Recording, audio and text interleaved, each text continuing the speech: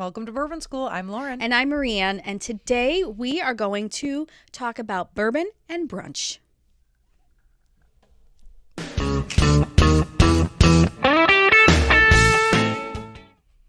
All right, so we are talking bourbon and brunch. Two great B's, in my opinion. I love brunch food. I love brunch. It's one of my most favorite. I mean, I love quiches, bakes, cinnamon rolls. And then the sweet stuff. I know. And then when you go to like a brunch buffet and you have to choose, it's always hard. Well, I can't. I just pile everything. I know. On my plate. Christine says that brunches are not like brunch buffets are not made for a person like her because her eyes are too big for her stomach. Oh, I know. Yeah, then you just make yourself sick. Yes. But traditional brunches, you're going to be able to get a cocktail. A lot of people like to drink like Bloody Marys or mimosa. Mimosas. But today we're going to give some alternatives to some of those kind of traditional brunch drinks. And I think we've got some really good suggestions. Of course we do. To talk about this. Lauren, of course we do. We have the best suggestions. All right, so let's start with cocktails. You know what? Let's do cocktails last. Let's talk about what the two bourbons. So Marieanne and I both picked bourbons that we think are really good to sip on if you're celebrating a brunch. Brunch is always a celebration. Yeah, it is. When we have Peg's luncheon, bourbon will be present. Oh, definitely. Yeah. So what do you think, like what went into your choice in picking the bourbons that you picked? Okay. So for me, I was actually looking for something that resonated a little sweeter and was a lot lower proof because you don't want anything heavy at brunch and you don't want your drink to make you full. Mm-hmm. We've talked a lot about how like we love Woodford Reserve Double Oaked, and that's like the knot. Talking to you, Myron. You don't want to pick something that, even though I love it, it's not a brunch drink. No, that's a nightcap. Yes. So we're going to pick a little bit lower proof and suited to brunch. So tell us about your first pick. Oh, okay. Well, coming probably is no surprise to anybody who watches this channel. I think now Brian's expression is we are simps for Old Forester. Of course.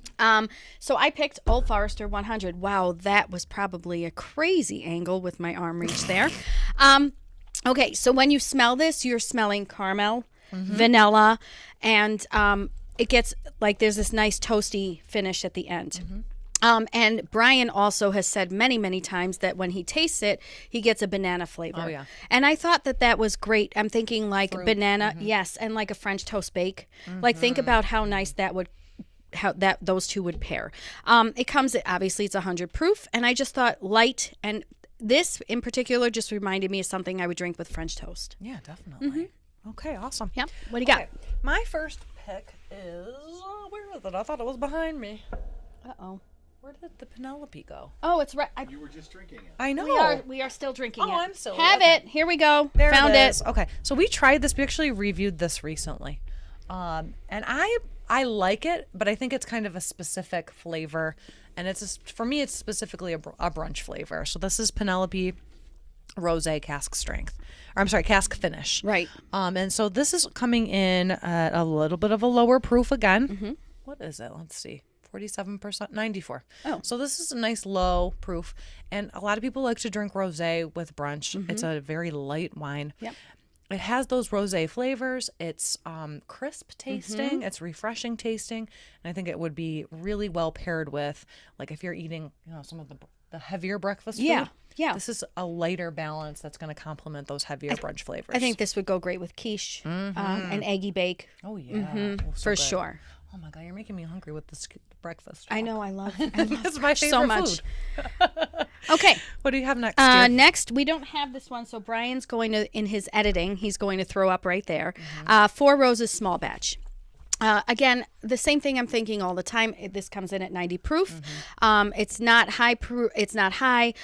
It's caramel, honey, vanilla. And then for this one, you get like a subtle berry flavor. And again, you think eggs, French toast, strawberries, cantaloupe. I thought that would pair really nicely with brunch items. Definitely. Yeah.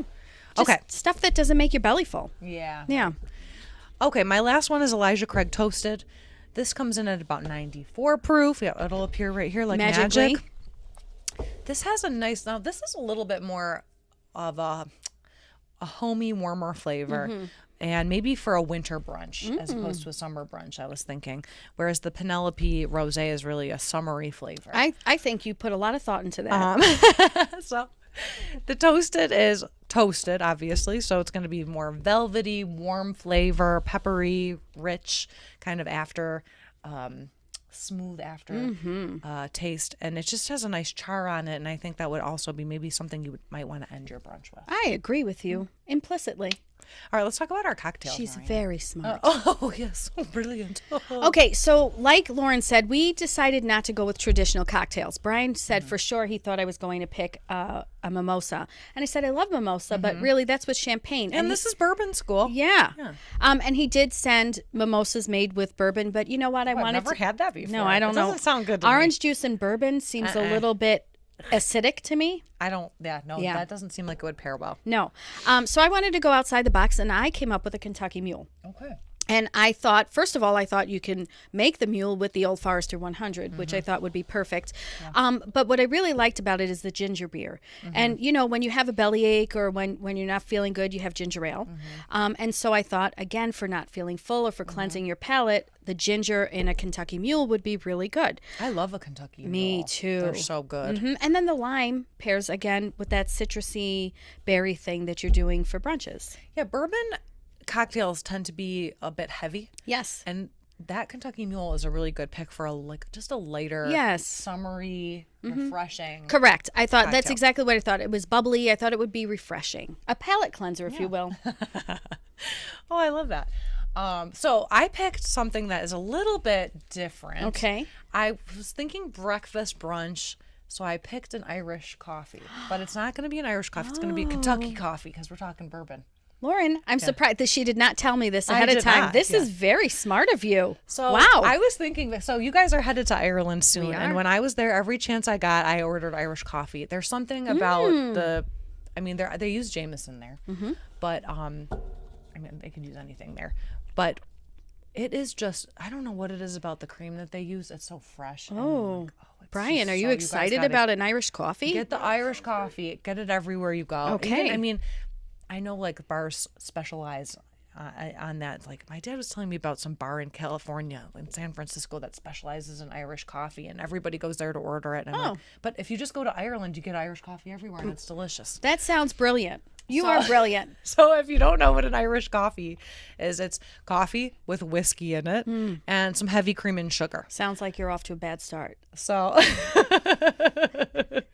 it's a great way to start your day. It sounds wonderful. And usually when you serve it, you use clotted cream, so it's a little bit firmer than like a regular heavy cream, but it's just a couple ounces of whiskey. You can use any kind you like. Bourbon for me, I like the higher proof if you're going to drink a mixed drink, right? Like this is, but it's got coffee, and then you do like a couple tablespoons of sugar in there.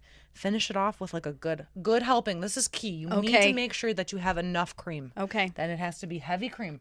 Don't skimp on it. Don't skimp on the cream. This isn't a calorie saver, okay? Got it. You're drinking coffee with some whiskey in it, and it is so rich and delicious. Oh my God. I'm not a coffee drinker, but this sounds like something I could definitely get into. Man, it's so good. The balance between the coffee, the cream, a little bit of sugar, not a lot, but you want enough sugar to sweeten it up because you don't want to drink like it's black coffee. Oh, yeah, no. No. Of course you're putting the heavy cream in, but it is so It sounds good. wonderful. It is I think so good. what a great brunch suggestion. Lauren, you're very smart. Thank you. You're welcome.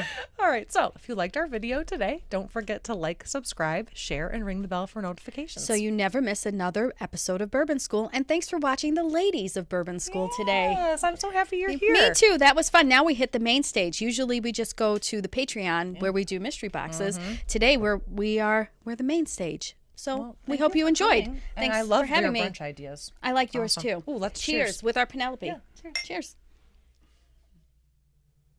Welcome to Bourbon School. I'm Lauren. And I'm Marieanne. I almost said I'm Brian. I'm Brian. You're a little small to be Brian. I don't know. What the hell? Off to a bad start.